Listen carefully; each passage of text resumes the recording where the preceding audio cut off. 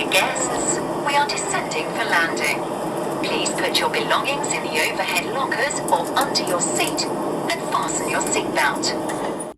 Close your eyes for a second. You are boarding a flight to somewhere beautiful. Maybe it's turquoise water. Maybe it's ancient ruins. Maybe it's a national park you have always wanted to see. Travel feels freeing. It connects cultures, it drives local economies, and according to the United Nations World Tourism Organization, tourism is one of the largest global industries. But when too many visitors arrive at the same place at the same time, something shifts.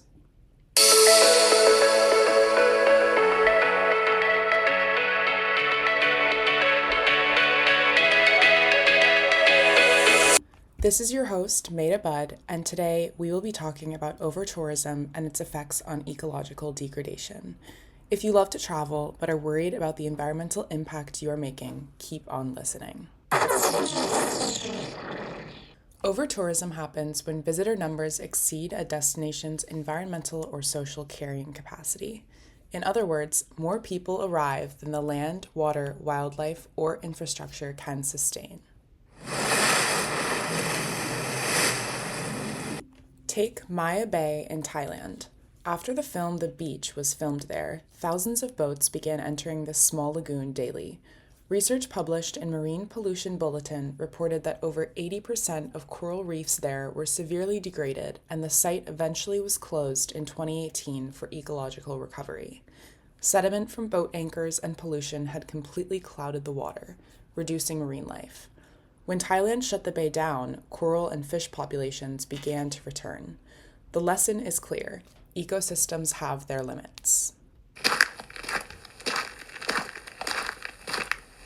Now picture Machu Picchu in Peru. UNESCO warned that high daily visitation was accelerating soil erosion and threatening the integrity of the archaeological site. In response, Peru introduced timed entry slots, visitor caps, and designated circulation routes. These policies were designed using conservation science. They show that structured access slows damage. But there is tension. Fewer tickets mean less spontaneous travel and fewer opportunities for lower-income visitors. Venice, Italy shows another side of overtourism.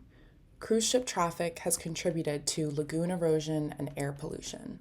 Housing has shifted towards short-term rentals, reducing long-term residency for locals who have lived there their whole lives.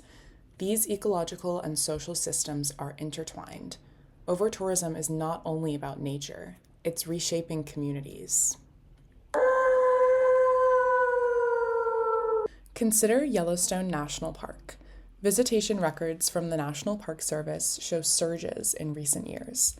That growth has brought road congestion, many human and wildlife collisions, and pressure on fragile geothermal areas.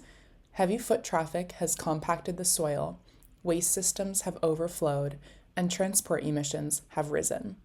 These are not isolated cases. Tourism growth is linked directly to climate vulnerability and ecological stress.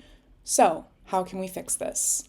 Some places use pricing and strict visitor caps.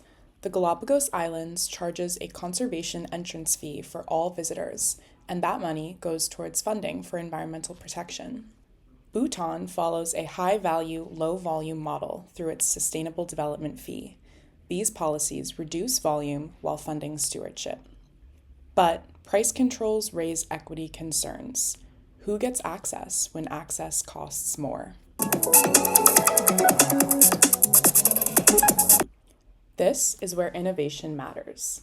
Imagine an ecological access credit system. Within this system, visitors can earn a higher access score by traveling during non-peak seasons, staying for longer periods of time, using low-impact transport, or completing environmental briefings before they travel to a destination. Travelers' entry eligibility will adjust in real time based on ecosystem stress indicators for particular locations, such as water quality, trail conditions, and wildlife activity. If you have a higher ecological credit score, you will be able to travel more.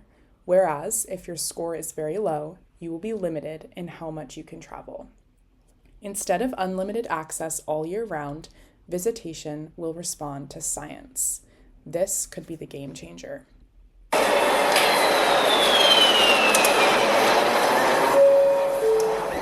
Travel does not need to stop. It needs to evolve. Tourism depends on healthy ecosystems and living communities.